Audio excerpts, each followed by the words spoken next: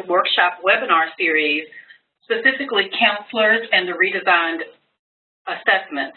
Today's topic is understanding scores, reporting, and student opportunity.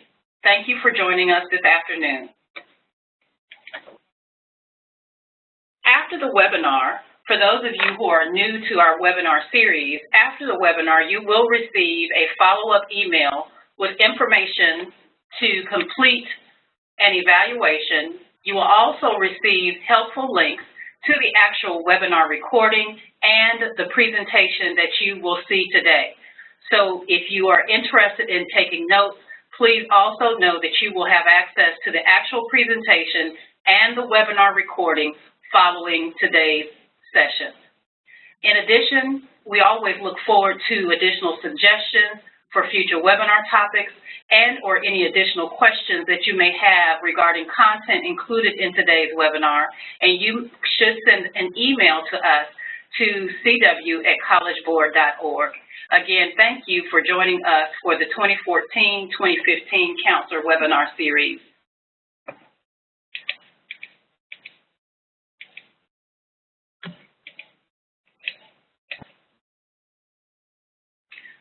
Today's webinar presenters include Ms. Emmeline Hebert, who is a Senior Director with our SAT and PSAT NMSQT assessment programs. She is a veteran presenter on our webinar series, and we welcome her back today. She will provide additional information, support, and material that will help you in your role as counselors as we move forward to the implementation of both the PSAT NMSQT and the SAT in March of 2016. I am Laurie Benton. I am also a member of the College Board staff, a team working through membership mobilization to support the work of school counselors across the country. We thank you again for your participation. And with that, I will turn that over to Emmeline, who will be able to hopefully. Yes, Laurie, thank you. Yep. Great. Yeah. Thank you very much. Bear with me one moment, folks. I'm just trying to switch the control from Laurie to myself.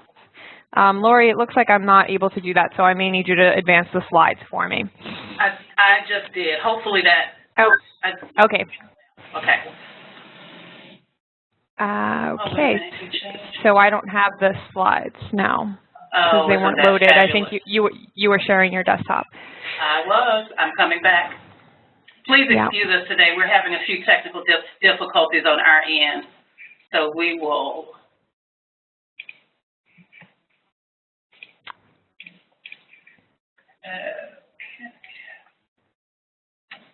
All righty.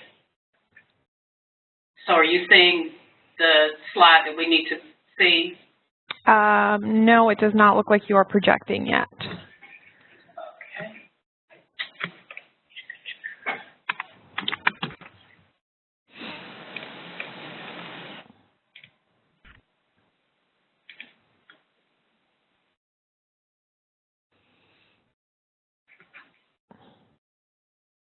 Okay, great.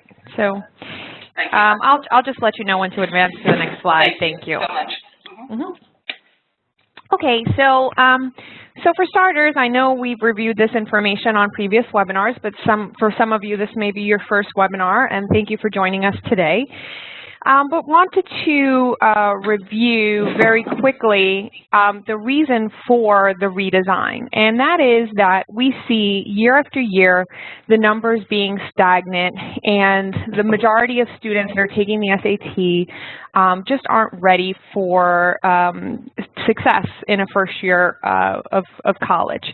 And so what we see is, what we're looking at here on this slide is the class of 2014 in particular, and we see that 42.6% of the 1.67 million SAT takers in the class of 2014 were able to attain the college and career readiness benchmark on the SAT.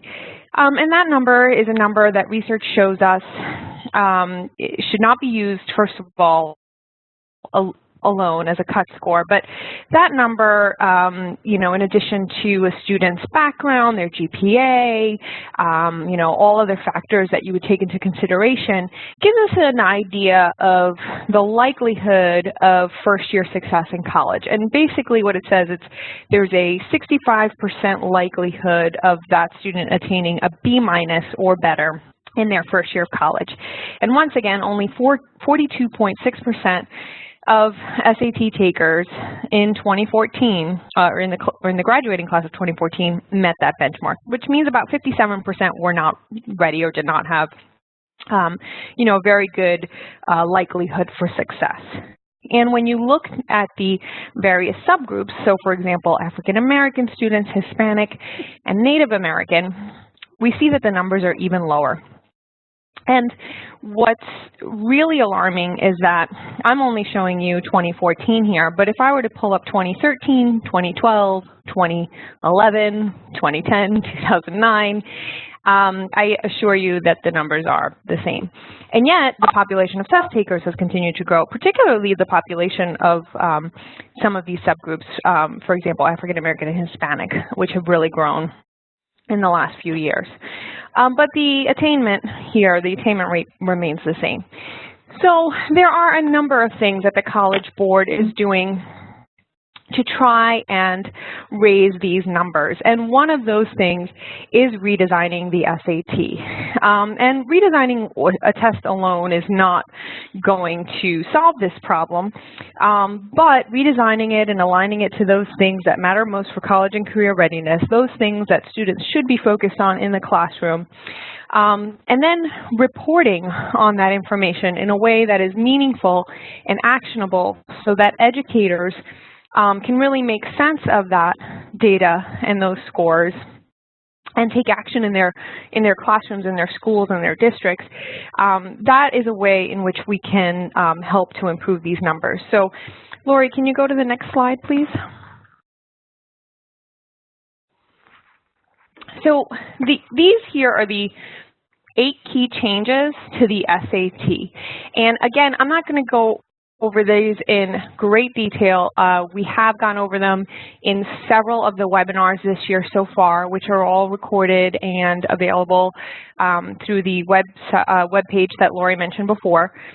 This is also on our website at collegereadiness.collegeboard.org.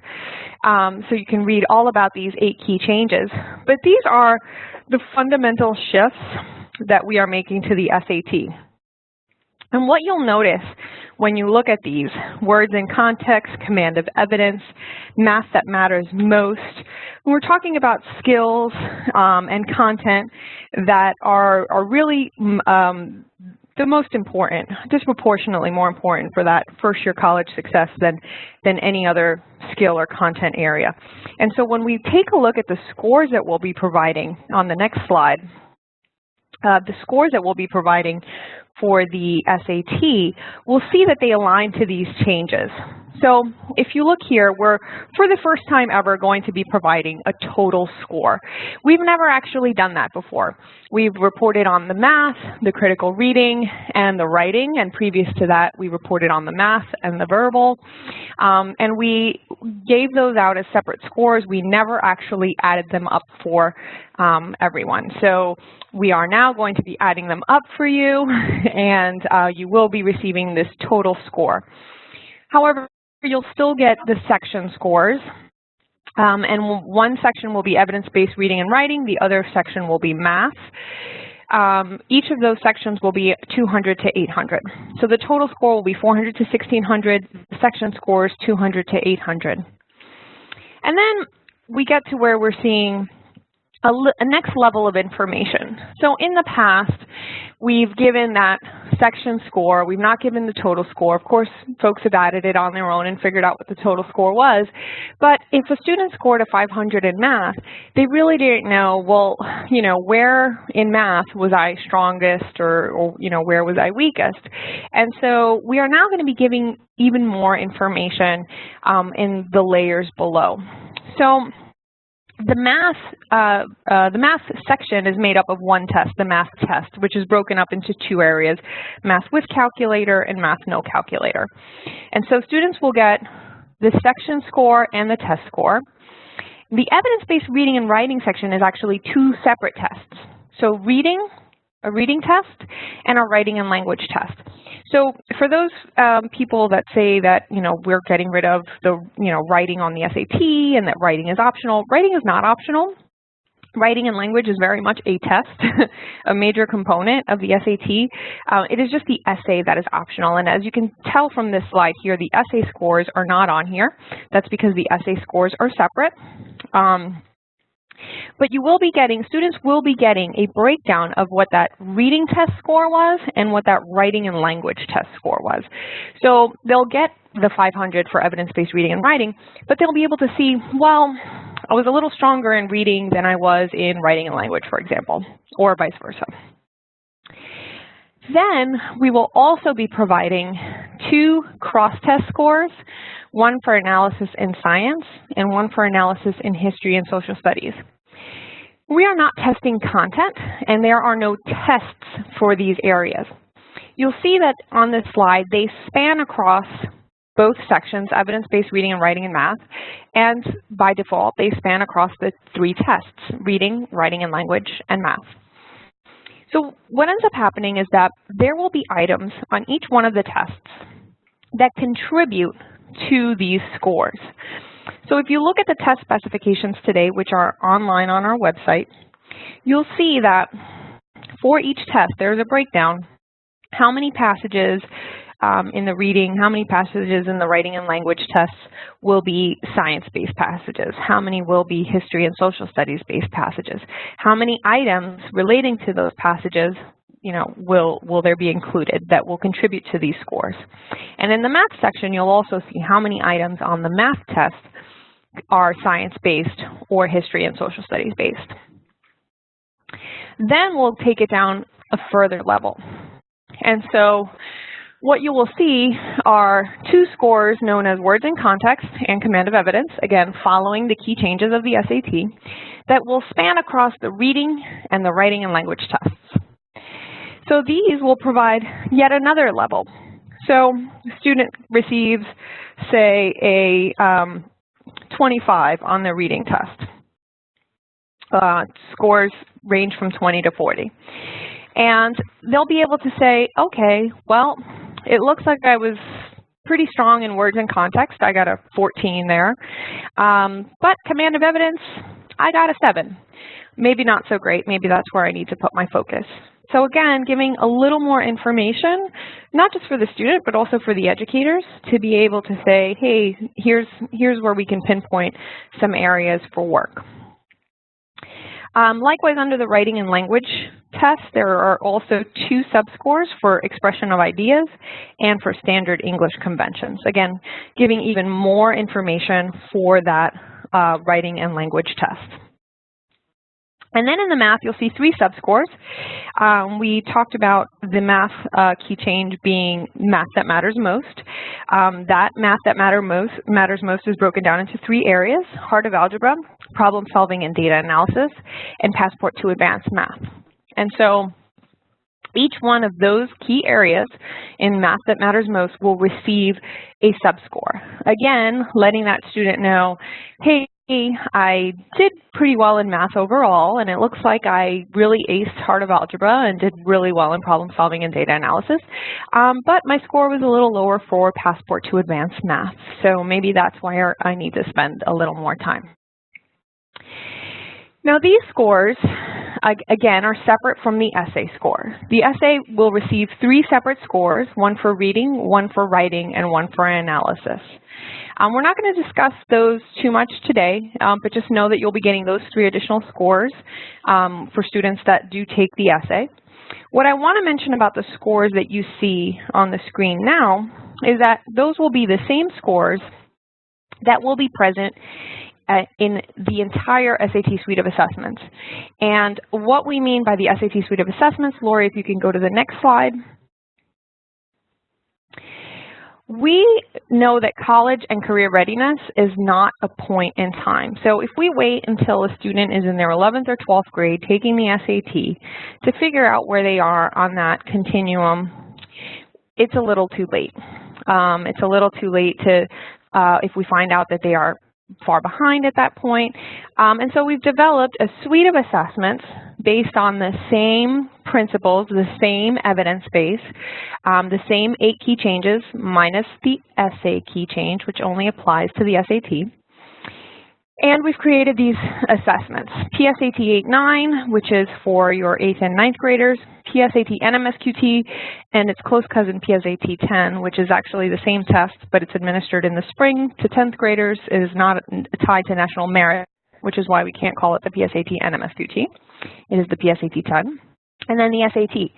And then all 3 of these tests will have the same scores, will report on the same scores that you saw on the previous slide. So the great thing about that is that not only does it give you additional information for the student for each one of those tests, but you can actually follow it along the continuum. Today, when you take a look at our current tests, SAT and PSAT NMSQT are very close in content, in the type of questions that they have, but they're graded differently, the scores are reported differently, the skills are reported out differently. So it's really hard to kind of draw that conclusion. It can be done, but it takes a little work. It takes a little work on the part of the student, it takes a little work on the part of the educator. So we're making this really easy and seamless for you so that you can see exactly what those scores are from test to test to test. So, Lori, if you could go to the next slide. The scores are all going to be on the same scale, so that same 1,600-point scale. The difference is that these 3 tests are grade level appropriate, meaning that the skills are at a lower level for 8-9 than they are at an SAT, for example. SAT will also have some more advanced topics on it, advanced skills, advanced reading levels. And so therefore, while the section scores for SAT will go from 200 to 800, the PSAT 10 and PSAT NMSQT will range from 160 to 760, and the PSAT 8-9 will range from 120 to 720. And that reflects the lower end of the range that we're testing and the higher end of the range that we're testing. PSAT 8-9 will not include the Passport to Advanced Mathematics score because there simply won't be advanced math at an 8th and 9th grade level. So that score will not show up on PSAT 8-9. It will show up in PSAT 10 and PSAT NMSQT. So the same concept that we see for section scores will hold true for test and cross-test scores as well as for the total score. So those will also be on this vertical scale that essentially says, if I'm a student and I go in and I take the PSAT 8-9 and I score a 500 in math, that is essentially the same as if I scored a 500 on the PSAT 10 or PSAT NMSQT or SAT math today. So we would expect that a year from now there would be growth and that student would score higher. But if they took all 3 tests in one day, they would get that same score. And so that tells the student and the educator a lot because it lets you know really where they are on that continuum for college and career readiness and where they need to go, you know, a year from now when they take the test again, or 6 months from now if they're moving from a PSAT and NMSQT to an SAT in their junior year. Next slide, Lori. So how are we going to be letting you all know about all of these scores? So we're making some changes in our reporting. And so today I'm going to pretty much just give you a sneak peek into this and a little bit of an overview of what to expect. We won't be going into great detail today on this. Many of these elements are still being worked on and are projected to be finalized over the summer. And so you'll be hearing a lot about reporting in greater detail in the summer months and later on in the fall. In fact, we do have some webinars planned around this in the fall. We also have the counselor workshops coming up in the fall, which Lori will discuss later, where we'll be talking about some of this information. So there are a lot of opportunities coming up, and do encourage you all to stay in touch, sign up for updates, sign up for workshops, you know, when you are able to do so, so that you can continue to receive this information. And of course, there's information that we'll be sending out just, you know, via mail and email as well. So this fall, we're going to have a new online reporting portal for both students and educators. And so what this does for educators is it creates a single login for access to score reports for all the SAT Suite assessments. So that means everything from PSAT 8-9 through SAT and including SAT subject tests as well. You'll be able to go to one place for all of that information. Now, the PSAT-related assessments will be available in the fall. That is when we are launching the redesigned PSAT NMSQT and the new PSAT 8-9. And then in the spring, we will provide access for SAT and SAT subject tests. There are some people who will have access to some SAT data this fall. I'll go through that in the next slide when I get there. But the full reporting capabilities for the assessments will be, as just mentioned, which is PSAT-related assessments in the fall and SAT in the spring. The reporting portal will have interactive features for educators, so you'll be able to sort, filter, create groups. There will be, you know, enhanced data in the reports. So some of the features that we're adding, for example, is a tie to the individual state standards. So that's something new that we'll be reporting on, that will be available through the portal. Drill down capabilities. So, for example, today with the PSAT, you get an SOAS report, and then you have to match up sort of the report and the booklet and look up, you know, if you're looking at a particular question and you want to see what that question was, you reference the booklet. And so what the reporting portal will allow you to do is for those tests, those PSAT-related tests that are disclosed, and most of them are, you'll be able to click right from the reporting portal. If you're seeing a question that a majority of your students got wrong, you can click right from the reporting portal, drill down, see who the students were, see what the question was, see what the right answer was, what the wrong answer was. And so it allows you to do a lot just from this one single online portal. Eventually, we will have the counselor registration and score roster access available through the portal as well. That'll be available in May of 2016. So usually in the late summer, early fall, we send out 2 access codes to each school for the counselor registration reports. We are still going to do it that way this year. So you will still receive those 2 access codes to the current counselor registration report. And you'll use that pretty much until May. In May, you'll be able to access that same information through the same single sign-on through the reporting portal. You will have for the balance of next year access to both portals. However, it'll probably be unnecessary to sign on to the current tool, especially since it'll you know, just be so much easier to sign on to one place where you're getting all of your scores and see all of your counselor registration information in one place too.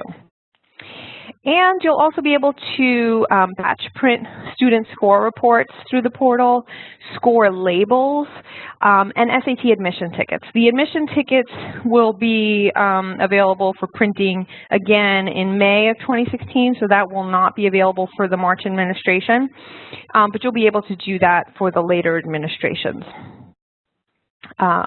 Okay, so if we go to the next slide. Thanks, Lori. So I did say that some folks might be seeing some SAT data through this portal this fall. So let me explain what that is. Currently, we have a majority of our K-12 institutions receiving paper score reports. And paper is going to be discontinued with the May score release for the March administration. So the March 2016 administration of the SAT will be the redesigned SAT.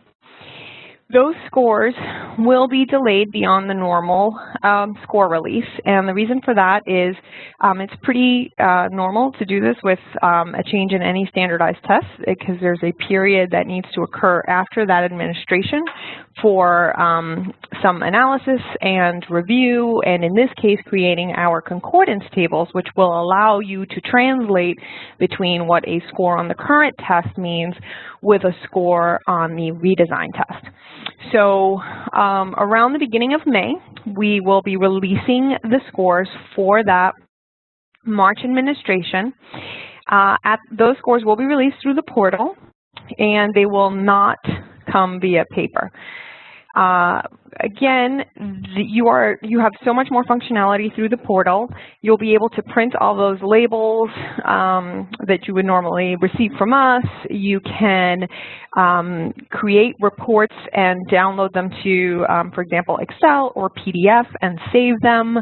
So really trying to stop cutting down so many trees and make things really easily accessible and just a lot more flexible in terms of what you can do with the data.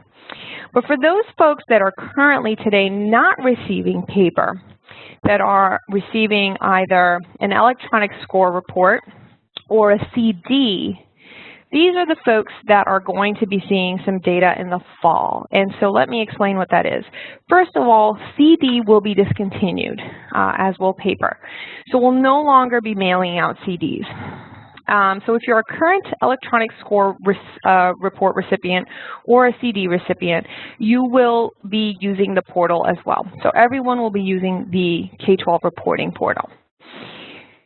What will happen is come October, with the release of the October current SAT scores, rather than getting the CD, which is discontinued, or this electronic score report, the data will come through the portal, but it will not be, it will be in the form of a data file. It won't be the, it won't have the reporting capabilities that are being built for the redesigned SAT. So you'll just be essentially accessing your data file through the reporting portal.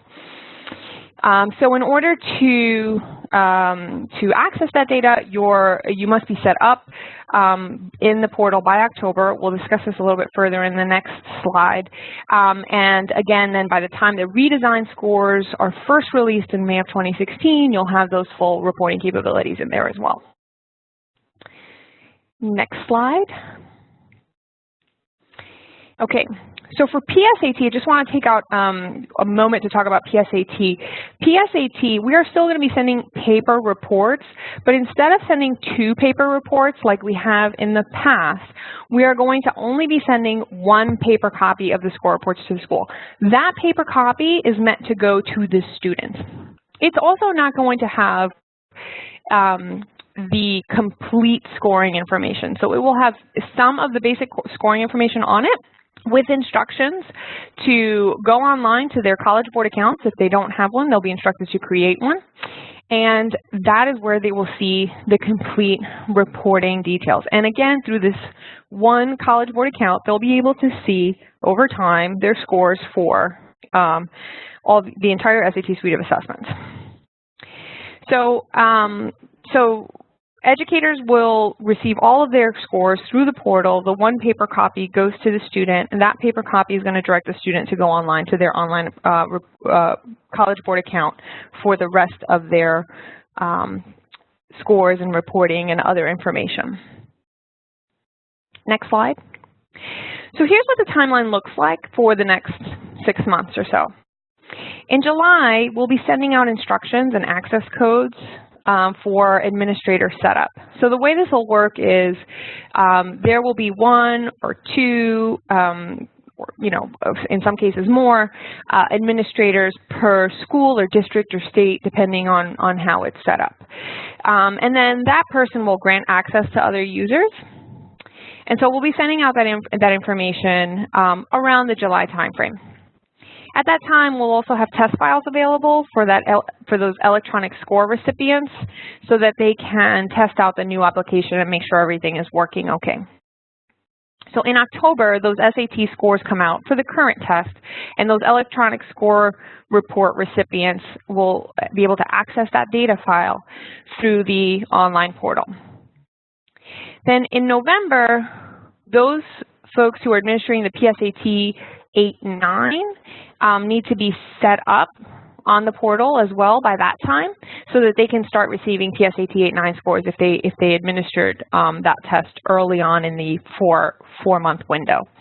And then by December, the access to the portal must be set up for anybody who's looking to receive PSAT and MSQT scores. Those will be coming back in December, and so your access will need to be set up by then. Again, instructions for all of this are coming in the summer.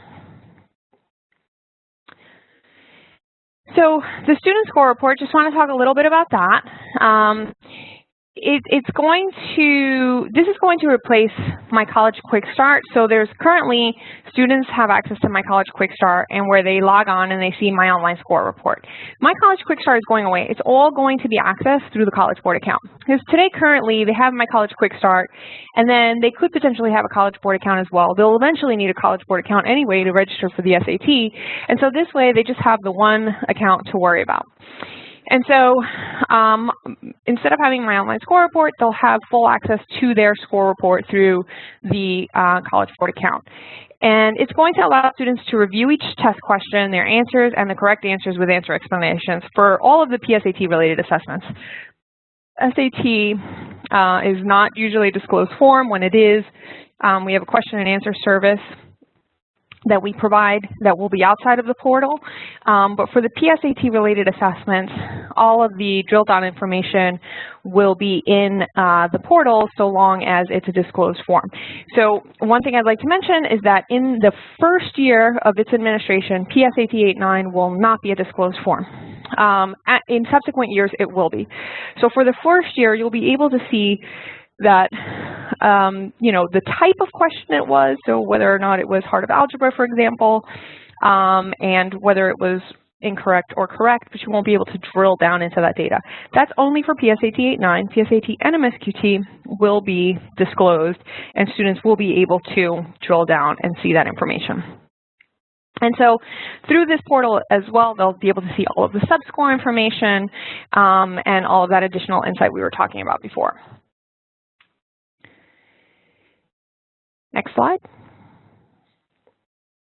They'll also be able to see their AP potential through the reporting tool. So we're not going to be printing that on the paper score report for students.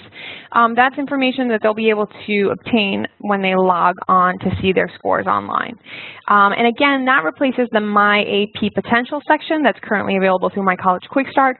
All of the My College Quick Start features are essentially getting linked to the College Board account now. So there will be no more My College Quick Start as you know it, although all of the features will still be there through the College Board portal.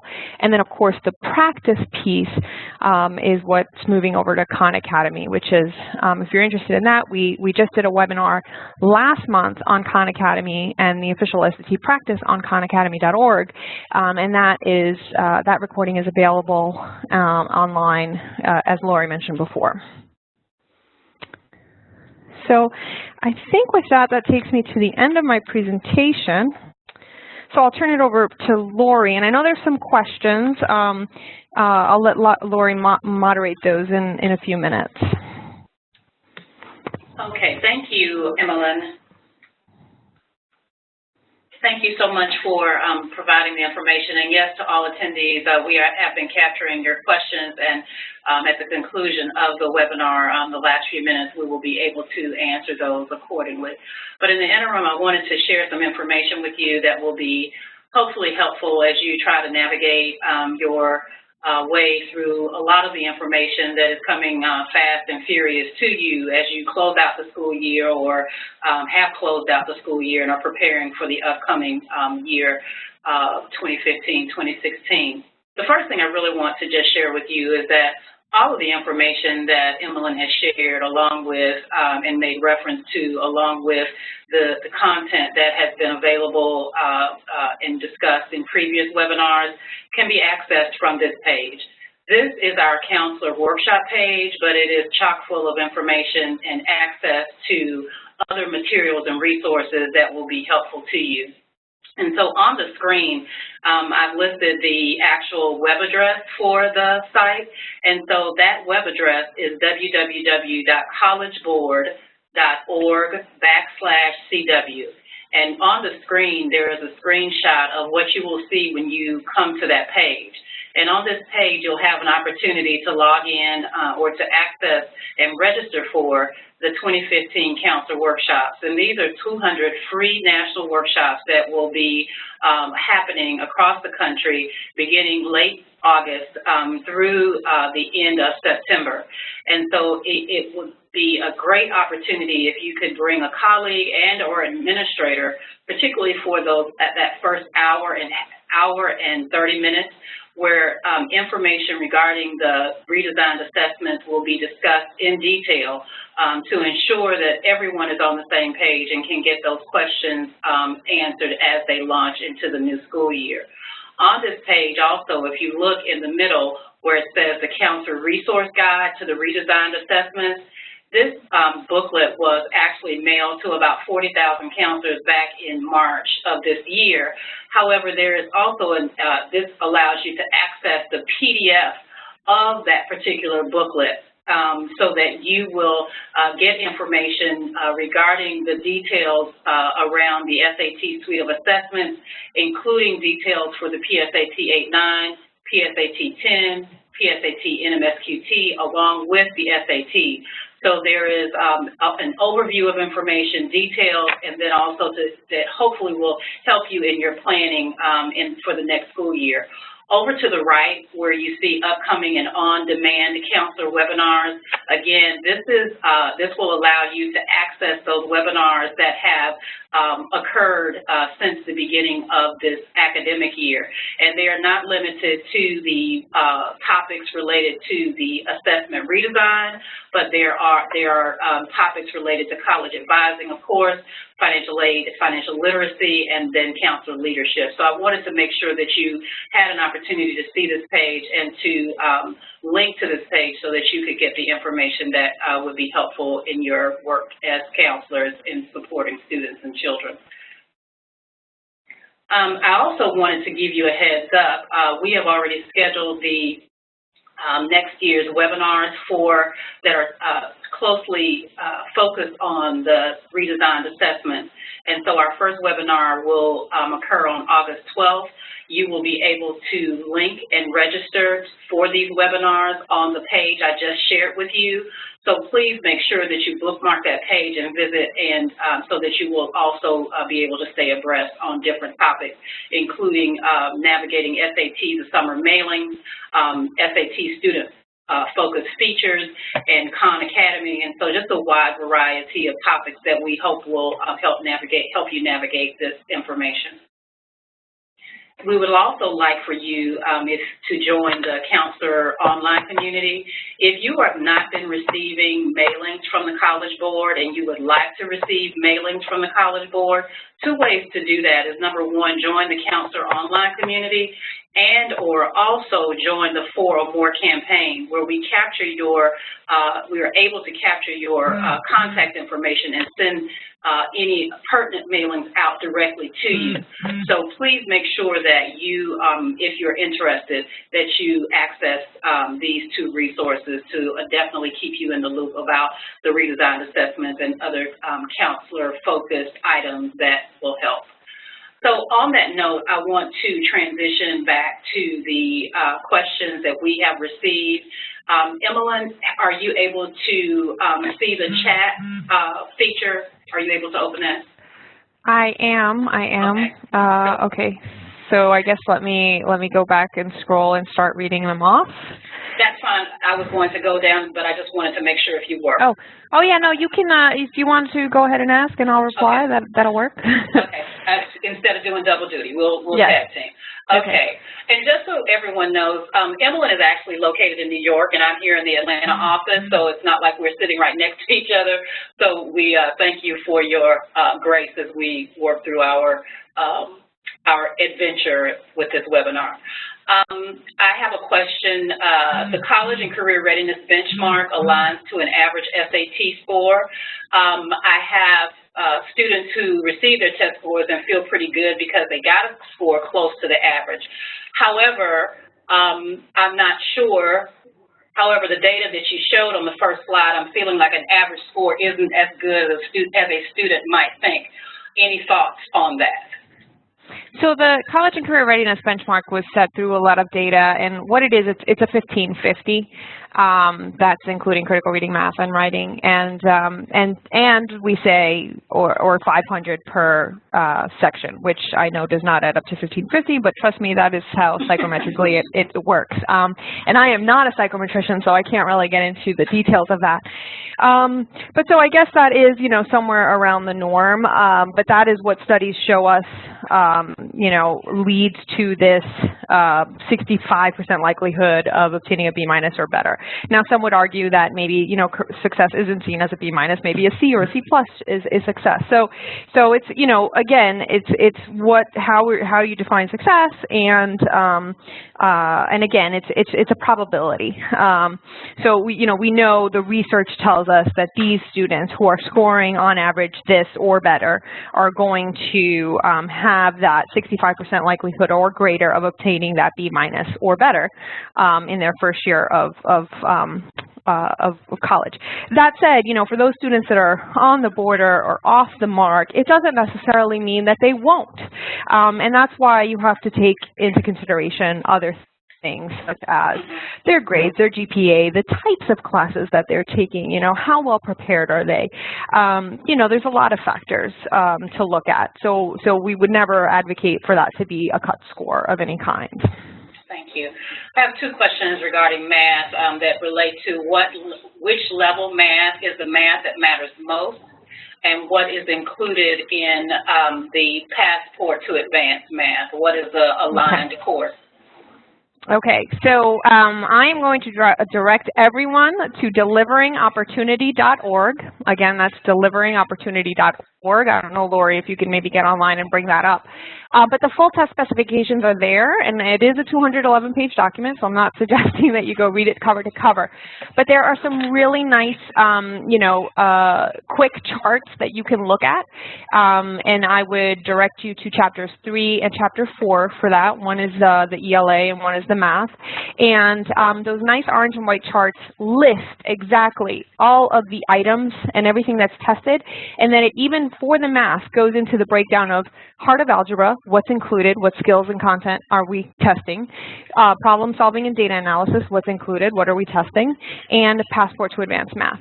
Now there's another 10% of that test that's other topics in math, which is, you know, for example, geometric concepts that are should be known. So for example, those that are more important, properties of right triangle, Pythagorean theorem, but we know that the research tells us that geometry is not as important to that first year college success as is algebra. So the focus is really algebra. As far as levels, we don't talk about levels. So we talk about content and skill, what the student should be able to do, but we can't really say, oh, that's algebra 1 or algebra 2, because there's no standard in this country for what Algebra 1 is or Algebra 2 is, right? What Algebra 1 is in, you know, high school X in New York versus high school Y in Atlanta, it's going to be different. So rather than talk about it in those terms, we talk about it in the skills and content that the student should be able to master. Thank you. I have a question regarding file exporting, the opportunities or the plans for being able to export files to a third-party product. I'm assuming we're probably talking about Naviance or some other third-party product. Are there any files or plans for that? I'm assuming we're also talking about the reporting portal. So assuming we're talking about the reporting portal and third parties such as Naviance. We are actually, we've been working with vendors. We've been reaching out to vendors. We're making them aware also of the plans and how our systems are changing, and so they can be better prepared. So yes, we are working with these vendors, and you will still be able to use something like a Naviance, and they will, I believe the way Naviance works, for example, is, you know, they create like a structure that they share with the school or the district, and then there's some sort of like back mapping that occurs to make that happen. Again, I'm no tech expert, but it will work, and we are working with the vendors. Okay, there are a number of questions I think were answered regarding printing of labels and printing of scores, score reports, and all of that will be done through the online score reporting portal. So wanted to make sure we confirm that. There is a question about, will each counselor have his or her own access to the portal, or will the high school need to designate one individual? And you did mention that there will be a super user assigned either 2 or 3 access codes. Could you revisit that, please? Yeah, so we're not necessarily going around and assigning the super user. We do have contacts on file, and I know as I was scanning the question, somebody asked, you know, who are we contacting about this? So we have, there's a different groups of folks that we have in our database. For example, our current electronic score report recipients, we have contacts on file for that. So we'll be reaching out to those folks directly in the summer. Our CD recipients, we have that list. Our PSAT coordinators, we have that list. So we'll be reaching out to these various contacts in the next few months to get those user accounts set up. So it's really, I mean, we can't monitor the turnover in a school, or, you know, people come and go, or jobs change. And so we're pretty much leaving it up to the schools to decide who are those people that are going to have super user access that can set up and, you know, other users at the school. And then who at the school needs access. And as many people as need access will have access. It's not a limit of, you know, for example, with the counselor registration report, now we only send out 2 access codes. This will be, you know, whoever needs to get on will have access, and that'll be determined at your school and configured at your school. The next question is specific to regarding, will the personality profiler still be available to PSAT test takers? Personality profiler, are we talking about? My college quick start, I would assume. So if we're talking about MyRoad capabilities, MyRoad is actually going to stay intact for the coming year, and it's going to just link to the student College Board account. So nothing about it is changing. We are looking to change that product down the line. We have an exciting partnership with Road Trip Nation, and we're looking at authentic career exploration and you know, things that we can do that are a lot more evolved than what we have today, but that won't be in this coming year. So all of those properties will stay as is and just link to the Student College Board account. And in keeping with the PSAT theme, when will the dates be provided for the 2 October PSAT administrations? Those have already been provided, and Emily, yes. Can you share those, please? I believe it's the 14th and the 28th. Exactly, yes. Yeah. October 14th and October 28th are the 2 Wednesday dates for the fall 2015 PSAT administration. And again, there is, as in referencing the counselor guide for the redesigned assessments, that's one resource that has information regarding upcoming dates, along with the online website, collegereadiness.collegeboard.org. There are calendars and timelines with critical dates that you need to be aware of that will be helpful in your planning. So those 2 resources are quick opportunities for you to access the information that's helpful. Okay.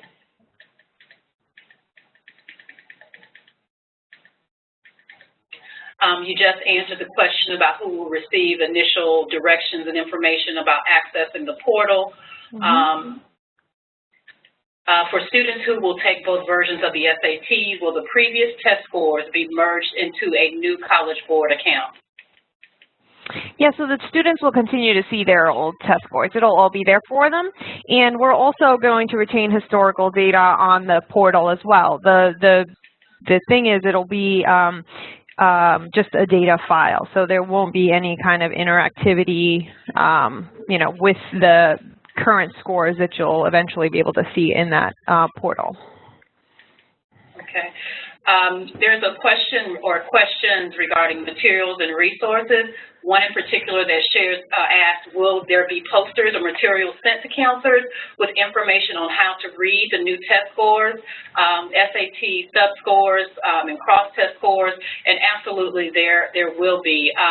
In addition to the Fall Counselor Workshop, as I mentioned earlier, there will be content included with materials to give counselors information regarding the scoring that you need, as well as posters and collateral to help you navigate that information. And Emmeline, if you want to expand on that. Yeah, we're also creating a, I know that we have, you know, largely a counselor audience on the call today, but we are also creating a set of tools for educators, most of which are being released, I believe, as early as next week. June, right. Yeah, and those are for educators, for teachers, and there's a second piece. There's a second component of that that's coming later on by September, and what those will do is also, you know, for teachers, talk about all of this. And there's going to be an entire module devoted to the reporting, and that's what's coming later in September, and how you can use that reporting to inform classroom instruction. So for those of you that are, you know, go back and talk to your teacher friends, let them know that those are coming as well. And those are going to be available online. I mean, so you would all be able to access it as well. It'll all be on our website. Right. In addition to that, the modules will also include and have content for administrators as well. And so June and September. So again, those are pieces that are coming out that will be helpful in the next steps. Yeah. Okay.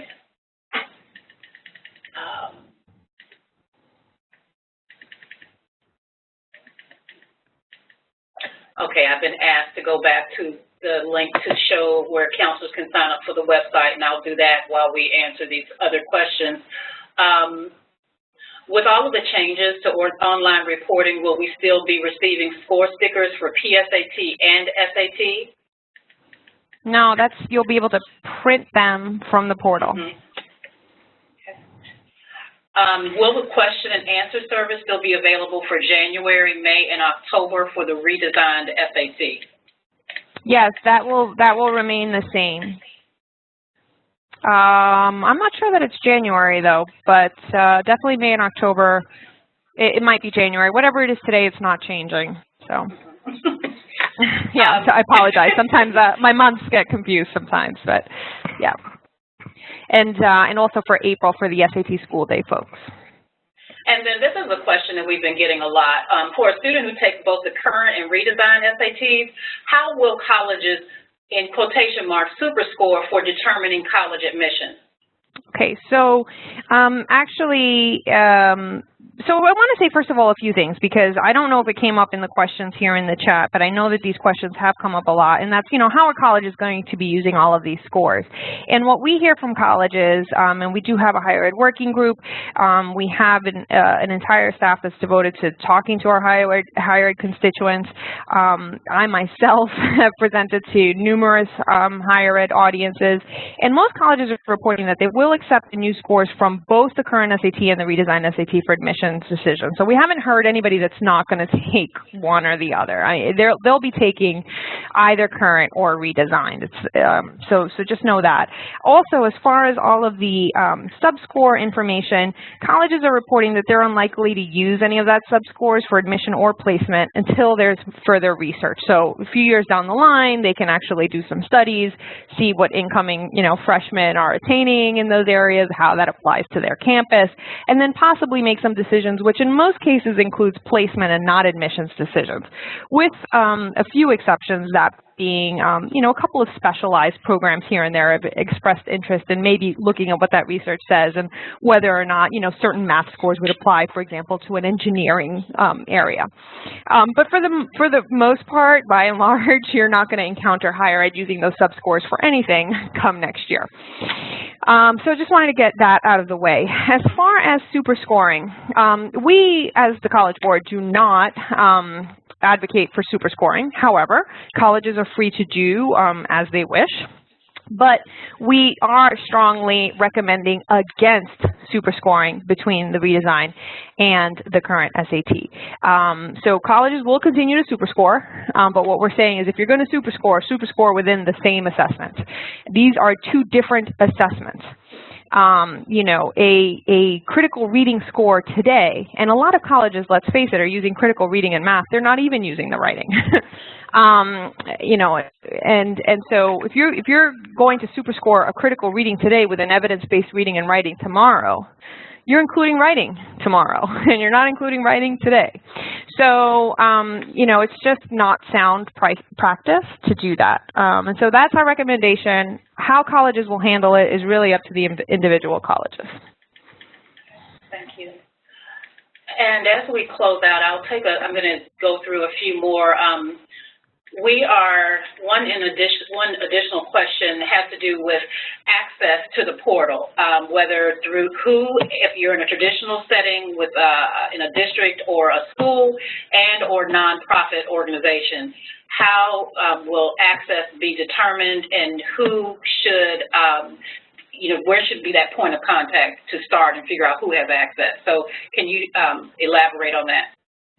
Yeah, so access is going to be for schools, school, states, districts that I know of. That this will not be for third parties.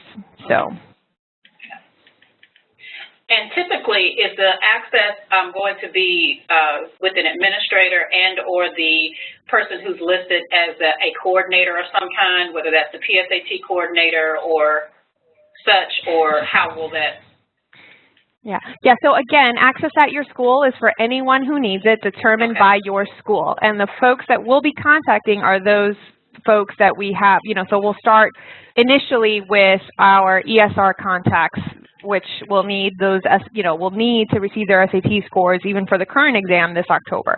We'll also be reaching out quite speedily to our PSAT coordinators because we know that they'll be receiving their PSAT data this fall, winter through the portal, and so forth down the line. So, we will make contact with every single school out there. Some we have better contacts than for others, particularly if we are contracting specifically with the school. In some cases, by the time we get down to a school that we have maybe absolutely no contract with, it may go to someone more general, such as a principal or director of guidance or something like that. Okay, and the final question as we close out, just to revisit the dates for the PSAT, which is our coming up in October, and the scoring and the scoring timeline, score reporting timeline. Could you just revisit that quickly for us, Emmeline, so that people can be prepared and aware?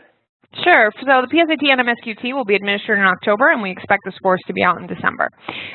Your paper score reports will be delivered around the same time that they normally are. These are the score reports that are going only to the students this time. So they'll be around the same time as what they are, maybe a week or two later than you would normally get them, but the reporting portal access, so for you, the educator, that will be available probably a week or two earlier than you would normally have access to scores. So in the December timeframe. Thank you all, and thank you, Emmeline, for sharing this information with us.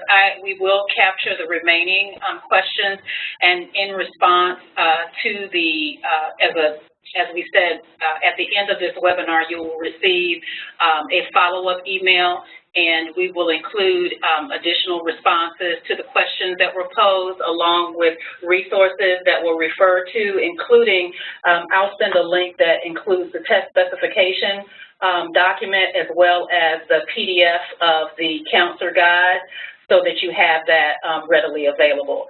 And so at this time, I would like to thank each and every one of you who was able to share with us today in the webinar and the webinars that have occurred prior to today.